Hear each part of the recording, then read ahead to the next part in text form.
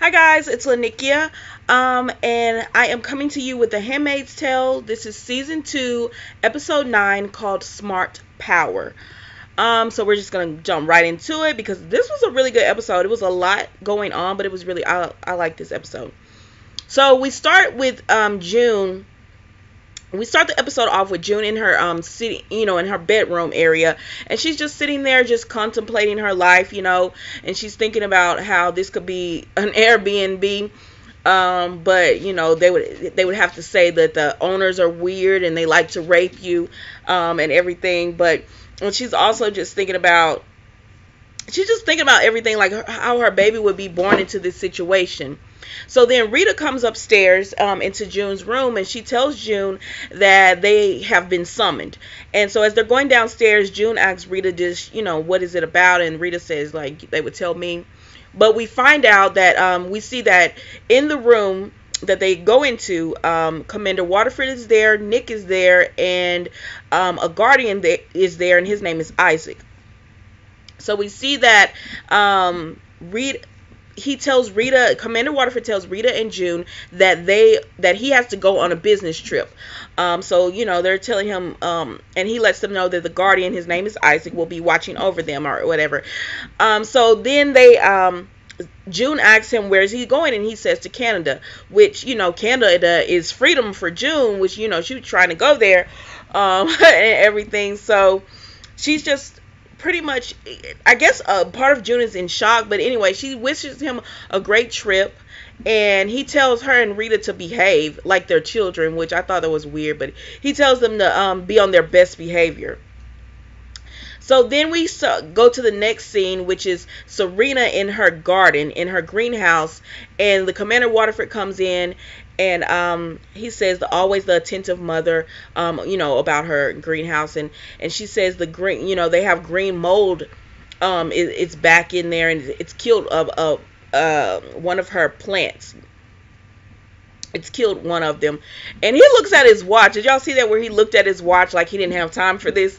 But anyways, he has to make time because he needs her. He needs her to come to Canada with him to be a representation of the women of Gilead, because they need, like, it's a man can say all day long, oh, Gilead is great, and no, the women are not oppressed. But Canada believes the women are oppressed in Gilead. So he needs Serena Joy to be the pretty much the Stepford wife for him, just saying how great it is, and just putting on a happy show, a happy face, and everything. And Serena doesn't really want to do it, so she says, Fred, it's so late in the trimester, I really don't feel like going. And he comes up behind her, and he touches her, and she flinches because you just beat her. And for him to even, like, the audacity to give her a whipping and then turn around and be like, yeah, I need you to go and do me a favor really quickly. But he's pretty much doing that. But Serena Joy doesn't want to go, but she really has no choice because he's not giving her this is not an option for her. She's going. So then we go to Eden and Nick. So Nick is loading up the vehicles and everything, and Eden comes out, and she made him some chocolate chip cookies, which is my favorite dessert. So I was like, go ahead and take them cookies, Nick. But she makes him some chocolate chip cookies and everything, and I get Nick, she's young, she's 15 or whatever, but you've already slept with her now, and in Gilead, this is not really, was I calling it Gilead earlier? I mean Gilead. Anyways, but in Gilead, it's not against the law, but it just makes your skin crawl to think about it, which I'm sure that's how he's feeling.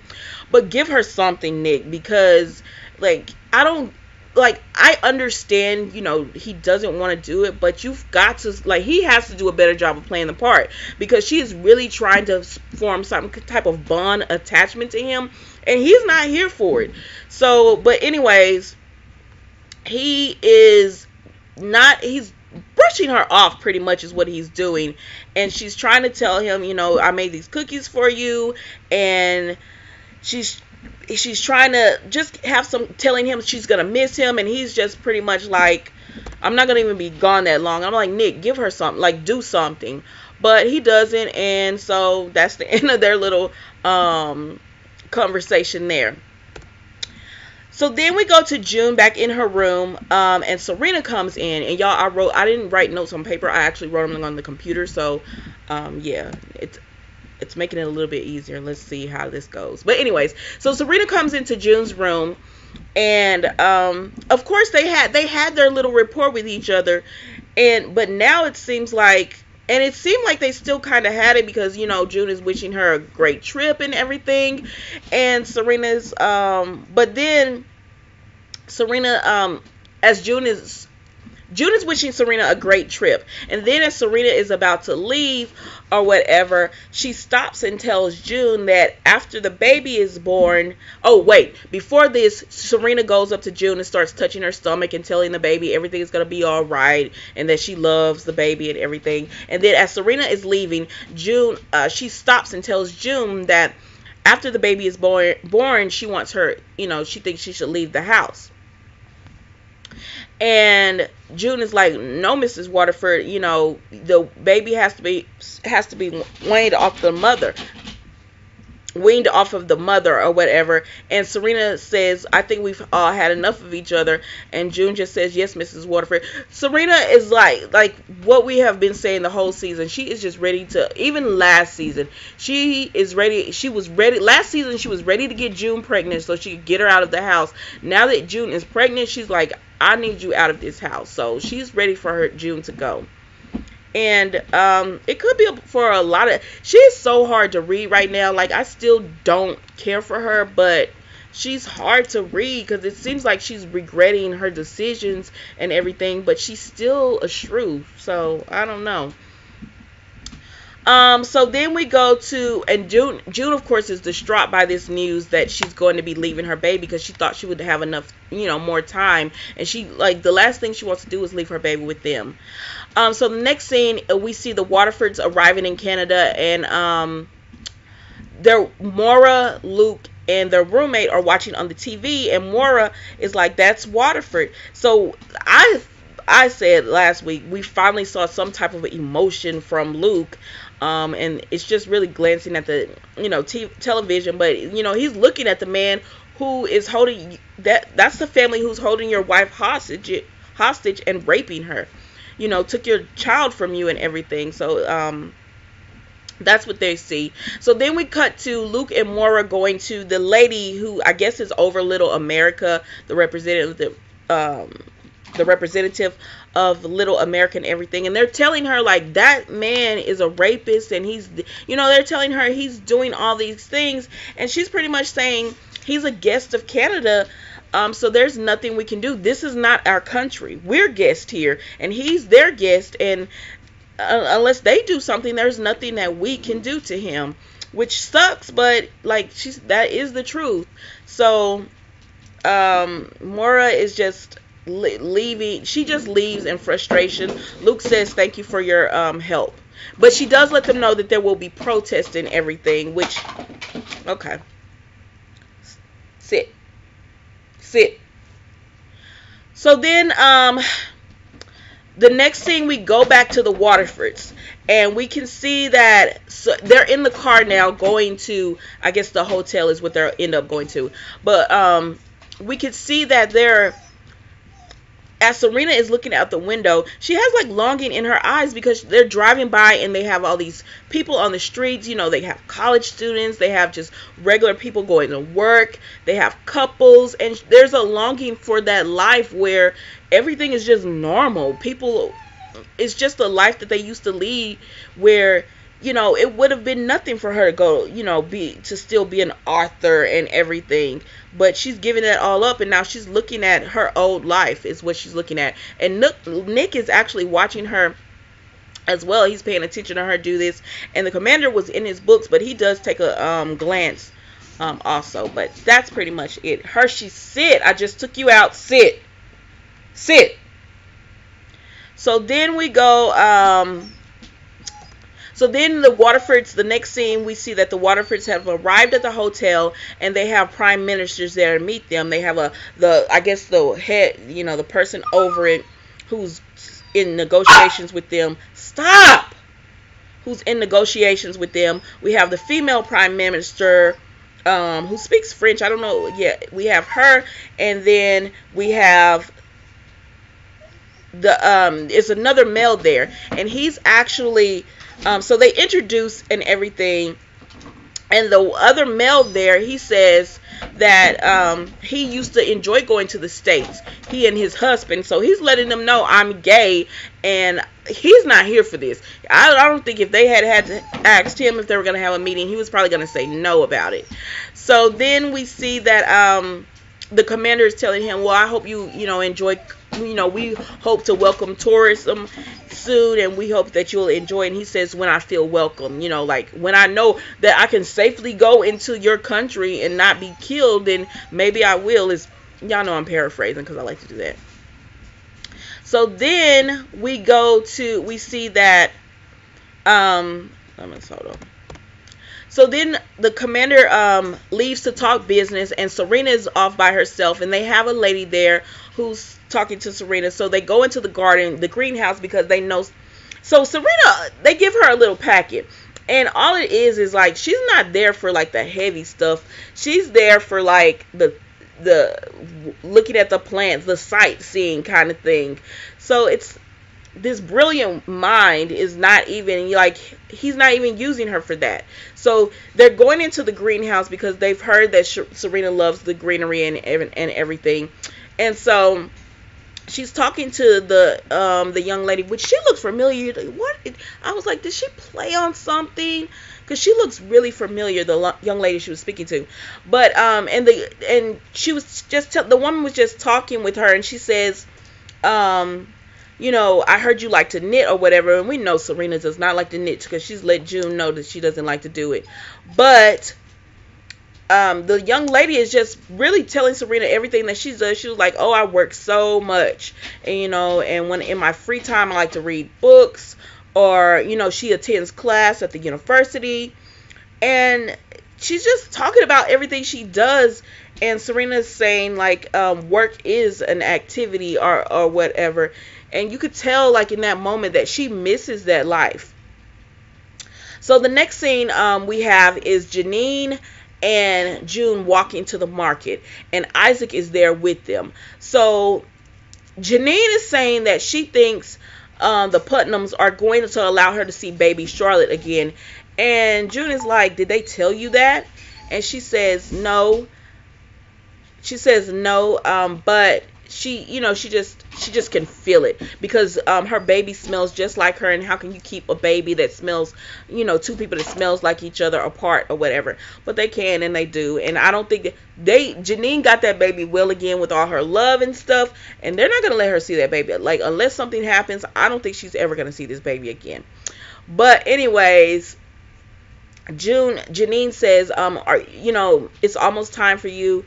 Has the baby dropped? And June says, not yet. And Janine was like, well, when you have the baby, don't forget to ask them for your ice cream.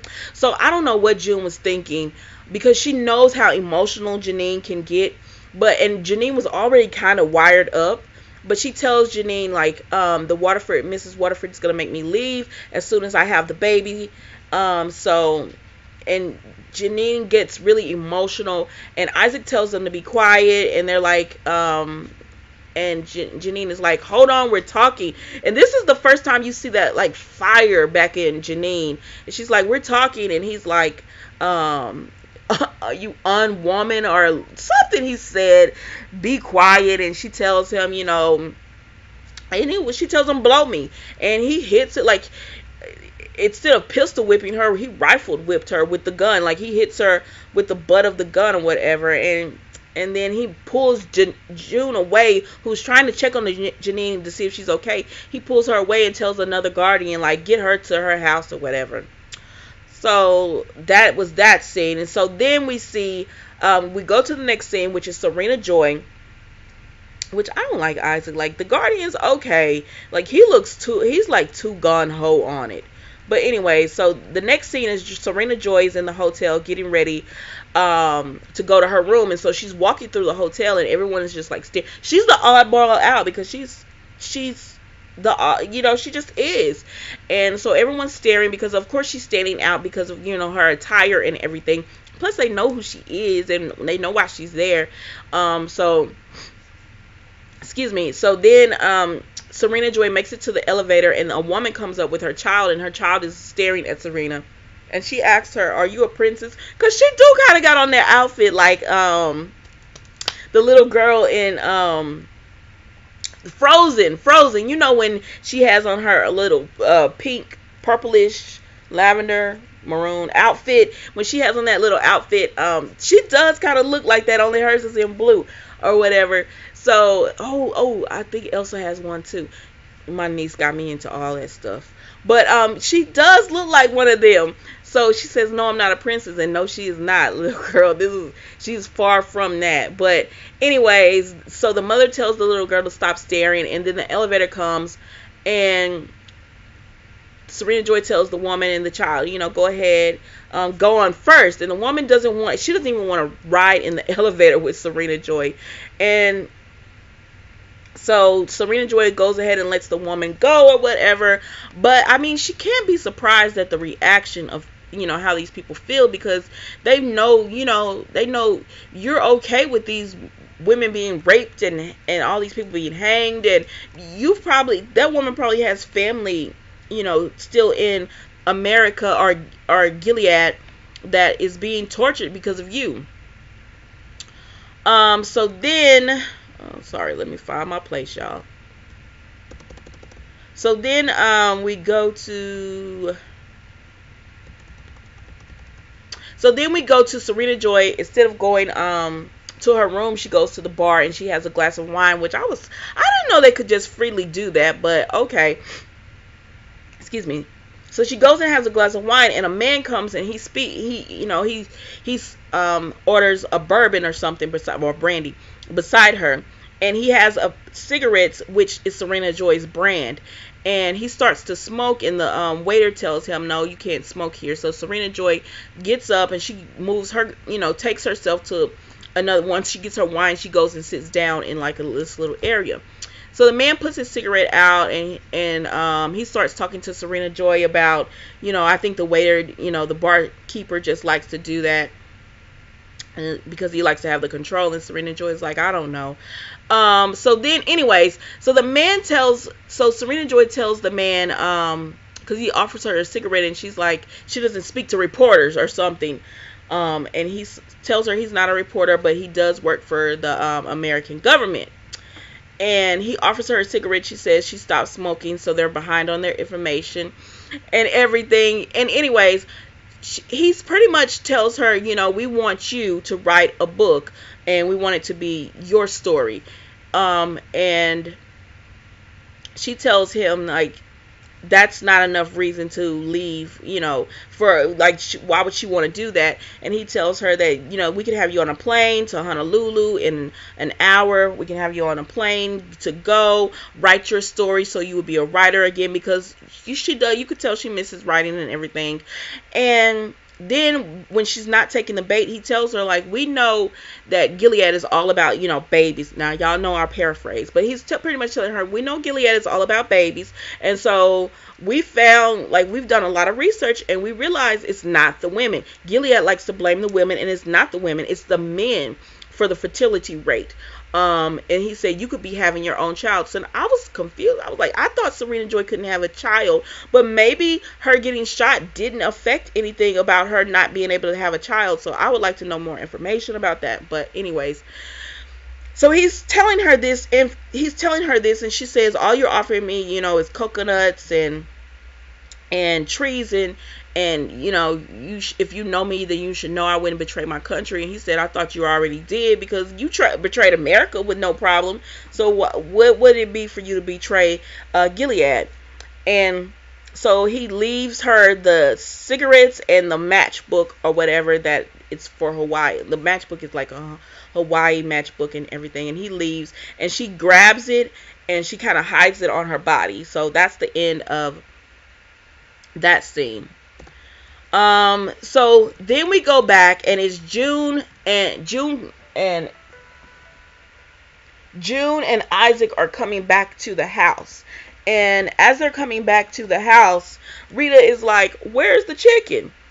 And June, Isaac just tells her, they weren't able to get it.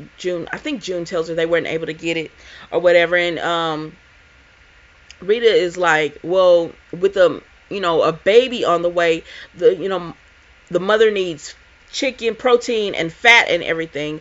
But she was like, but I guess we'll just make it do with beans. And then here comes Eden hopping in, and Isaac is.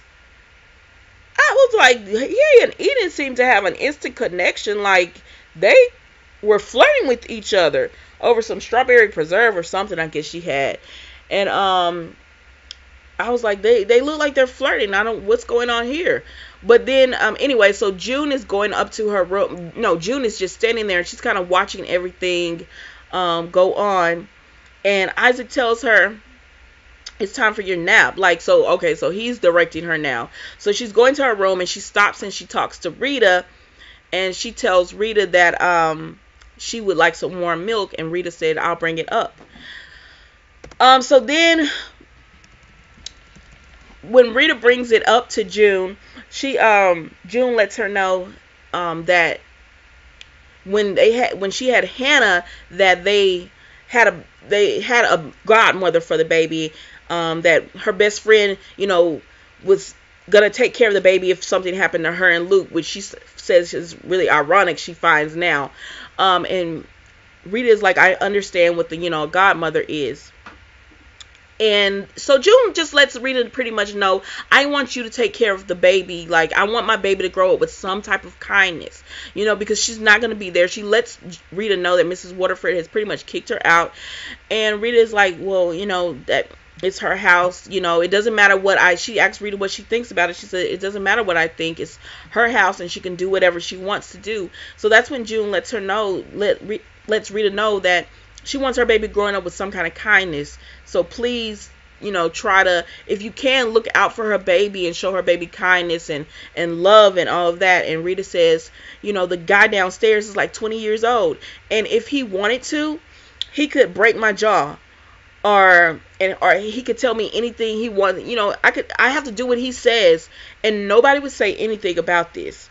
So she said, Rita just lets her know, I'll do what I can to so that your baby can have some type of kindness and love. But so that was that scene. And so June she's happy because she was telling her baby after Rita walks out, okay, you're gonna, like, if I'm not here, then you're gonna have somebody watching out for you. Then we go to the Waterfords and they're in a limo and they are met with protest.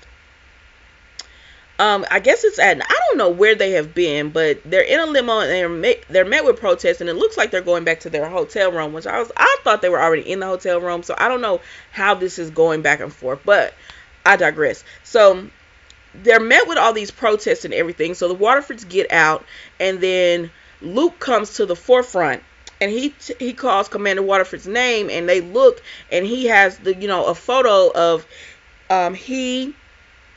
him, June, and Hannah, and he tells Commander Waterford, hey, I'm Luke, and he gives him his name, and he's like, you're raping my wife, like, you have my wife and you're raping her and everything.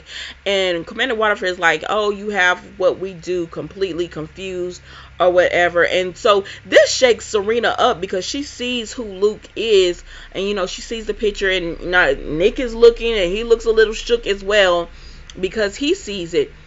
As he sees it as well, and Commander Waterford is just saying something, some kind of Bible verse or whatever, and Luke is pretty much telling him, you're not going to get away with this, like, they're going to get you, this won't last forever, so you remember my face. And Commander Waterford gives some kind of smart reply, and then they walk on, but Nick and Nick and Serena are shook by seeing him, because they realize what they are doing to, June there and all of the other handmaids. So then we see the Waterfords go up to their room, and Serena is still shook, and so Commander Waterford is just telling her, I know that was an unpleasant scene, what happened and everything, but we must soldier on, So he's just telling her we must soldier on. We must, even though that's unpleasant, we must continue to soldier on because we made progress today. And he made progress today in his meetings. They're thinking about they're talking about border patrol and expediting the illegal immigrants there in Canada and everything. So Serena doesn't really have a response to it. So then the next scene we see Nick goes and finds Luke in the bar. And Luke knows who Nick is and everything. So he tells Nick to get away from me or whatever. But Nick tells Luke, I'm June's friend. I know June and I'm her friend. And I don't know. Luke's reaction to everything is just weird to me. Because it's like, if you see Nick and he's telling you he's a friend of June, I would think he would have had so many questions. But he just stands there for a minute at the bar or whatever, and then he finally says, how is she? And Nick says she's fine, and Luke was like, she's not fine. Well, we know she's not fine, but like, you don't have a reaction. Like, I don't know. I don't really care for Luke. So maybe I'm just hard on him because of that reason. But anyways, he tells Luke that June is pregnant or whatever, and Luke starts crying or breaking down or whatever, and he was like, by Waterford. Now Nick didn't tell the truth on this. He said yes, it's by Waterford, even though he knows that's his baby. And then Luke is just like, you people, get out of here, and he starts shoving Nick. So Nick is about to leave. He was like, listen, I'm not gonna be where I'm not wanted. So Nick is about to leave, and then he runs after Nick, and finally he asks something. He was like, hey, do you know anything about Hannah? And Nick tells him no, he doesn't really, because Nick doesn't really know anything about Hannah. Nor do I really think Nick is really too keen. Like, he wants his life with June himself and the baby. He doesn't add Hannah to that picture. But anyways, so then finally, Luke says, why were you here? Like, what did you come for? And Nick gives Luke the letters from the Handmaids, and he says June wanted you to have this and everything. And he tells Nick to give Luke a mess. Luke tells Nick, I'm getting these names so confused. So Luke tells Nick to give June a message that he has more with him and they're living together and she's safe and everything, and that he'll never stop fighting, he'll never stop looking for her. Which I don't really know. What are you doing? Like, I haven't seen anything that he's like really actively doing to get June. But anyways, I digress. So then we go to the scene where Aunt Lydia is with June and she's doing her measurements and everything, and she's just asking her how she's feeling, and she's telling her the baby won't be long. And so June lets Aunt Lydia tells June, I heard you had an incident from the guardian or whatever, and June says, yeah, I spoke out of turn, it won't happen again. And Aunt Lydia is just like, yeah, when girls get about your how far you are along in pregnancy, sometimes they do that, but you have to watch yourself, watch your tongue, follow the rules and everything. So then June lets Aunt Lydia know, so then June tells Aunt Lydia that the Waterfords want her to leave as soon as Mrs. Waterford wants her to leave as soon as the baby comes. And you could tell that Aunt Lydia is shocked by this, but it is what it is. But she's shocked by it, but she tells June, it's her prerogative. If she wants you to leave, then she can do, like, she has that right to say that. So then, and if that's what she thinks is best for the baby. So June is like, yeah, I understand that. But she asks Aunt Lydia, that she tells Aunt Lydia, this is a difficult household, and she wants to be sure that there's somebody to protect the baby. And so she asks Aunt Lydia, have you ever been a godmother? Did anyone ever ask you to be a godmother? And Aunt Lydia is like, listen, you're pregnant and you're far along, so I'm going to let you get away with this, but, you can't be talking like this to me or whatever. And so then June is just like, well, the reason she's asking is because any man that will abuse a woman, then he she's known that they don't care about abusing a child. They're like, they'll eventually, hurt a child. And Aunt Lydia's like, what are you trying to say? And so she just tells her, this baby's going to need protection in this household. Because Aunt Lydia knows that household is not right. And so when she tells her that, Aunt Lydia just lets her know, she would never allow anything to happen to a baby. So that makes June feel a little better. And then when Aunt Lydia's about to, so she tells her thank you. And when Aunt Lydia's about to leave, she stops. And she tells her that she was a godmother once to a child, to her sister's child. And the baby died after 4 days. And June says, I'm sorry. And Aunt Lydia says, it wasn't my fault. Which we've been saying this whole time, when are they going to give us more of the Aunt Lydia story? Like, I want to see what happened, like, why she like this. So we go to the next scene, which is Maura and Luke and the roommate reading the letters from all the handmaids and the Marthas and the women at Jezebel's. They're reading all these letters, and they're in shock. But they're in shock by what's been going on, but they know, but they're in shock as well. And so they're saying, like, Maura's like, I thought June was, this package that, they were trying to get out was going to be like a big boom. And the roommate, I don't know her name, but she's just like, this is a big boom. We can do something with this. So then we go to the next scene, and the commander and his wife are going to meet, the prime ministers again. And they're really cold. They're like, we're not having a meeting. It's over. We have a plane waiting for you. Go ahead and go back to Gilead. And Commander Waterford is like, what's going on? And so he tells them that there were letters uploaded. And the Canada, like, people are going, like, they're like, we're not having that here. Like, get them out of here. Like, their residents and everything. And so Commander Waterford is just, and then the man, who is gay, he had his husband. He was all too happy to tell them, get out of here. You're not welcomed in our country and everything. And so then Commander Waterford walks beside the main man that's been talking to them, and he tells him he's a coward, which I'm like, Commander, like, stop it. And then, so as they're leaving out, the French, I guess, this French speaking prime minister, well, they speak French. But anyways, she stops Mrs. Waterford, and she tells her, like, I can't believe, like, what kind of person, she's pretty much telling her, what kind of person are you to know this kind of stuff is going on with the women, and you just turn the blind eye, and you're letting it happen, you don't even care. And Mrs. Waterford says, be blessed be, or be blessed, or something like that. And then they leave out. And so as they're leaving, their car is like surrounded by people, like the protesters. And one of the protesters is Maura, and she knocks on their window.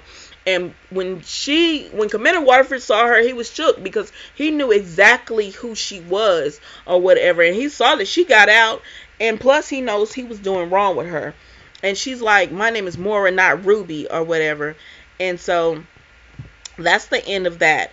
As far as them, they're going ahead and leaving Canada, and then they go to a bar scene where, Maura announces to the people, like, those people are, out of Canadian territory and everything, and they're happy, and they start singing America, America. Anyways, so then we go to they come home, and June sees that, the Waterfords have come home and everything, and Serena Joy and Commander Waterford are walking up the stairs, and he's telling her, oh my gosh, I'll never live this down, because, he was supposed to go there and get some things done, and he wasn't able to because of the letters. And because the Canadian prime ministers and everything, they believe the women, not him. And so then he's like, we're doing the right things, we're luckier than most, right? And she's just like, yeah. And then they just walk off to their separate rooms, like, you're doing this, but you're not happy, it's ruined your relationship and everything. So then they walk off in their separate rooms, and Serena goes to her room, and she's putting up her clothes, and she still has that matchbox, and she burns it. So Serena getting out, I guess she's just gonna stay. Like, I guess she's like, I started this, I'm gonna just stay and continue with it and everything. So then we see Nick goes to June's room, and he tells her that Eden is probably looking for him, but he wanted to stop by really quick. And so they're about to, be kiss or whatever, and he lets her know that he saw Luke. And June is just in shock or whatever. She's like, well, she knew, like June knows Luke is alive, so I don't know why she kept going with Nick anyways, but she's asking how Luke is and everything, and he tells her that Moore is with Luke, and that Luke says he's not going to stop looking, trying and everything, and that he loves her. And June gets all emotional, and then when Nick is about to leave, he tells her that he loves her too. So I still think this is all going to come to a head, because this is all going to come to a head. But anyways, so that is pretty much the end of the episode. It's just her finding out that Mora got out makes June just want to fight now more. And June is going through this whole season where she gives up, she wants to fight, she gives up, and I'm not gonna and she was like that last season as well, but now she wants to fight again to get her baby out. She doesn't want her baby born there and everything. So we're gonna see how this all plays out. I did see the clip for the next week's episode, and it looks like June is about to have this baby on next week's episode, so we will see how this all plays out, what's all going to go on. But that was The Handmaid's Tale. I liked this episode. It was a lot of information, which is why I liked it better than like some of the other episodes one particular episode this season. But it was a lot of information, but I did enjoy it. So y'all tell me what y'all think about I don't know, should Luke I know Nick wasn't going to tell Luke, I'm your child, that's my child she's pregnant by, but I don't know, that's not going to be good whenever Luke finds out the truth. And I don't know, do y'all think Luke wasn't reacting enough, or maybe it's just me, because y'all know I don't really care for him, so maybe that's just me. But anyways, y'all have a great week, and I will see you next week for The Handmaid's Tale.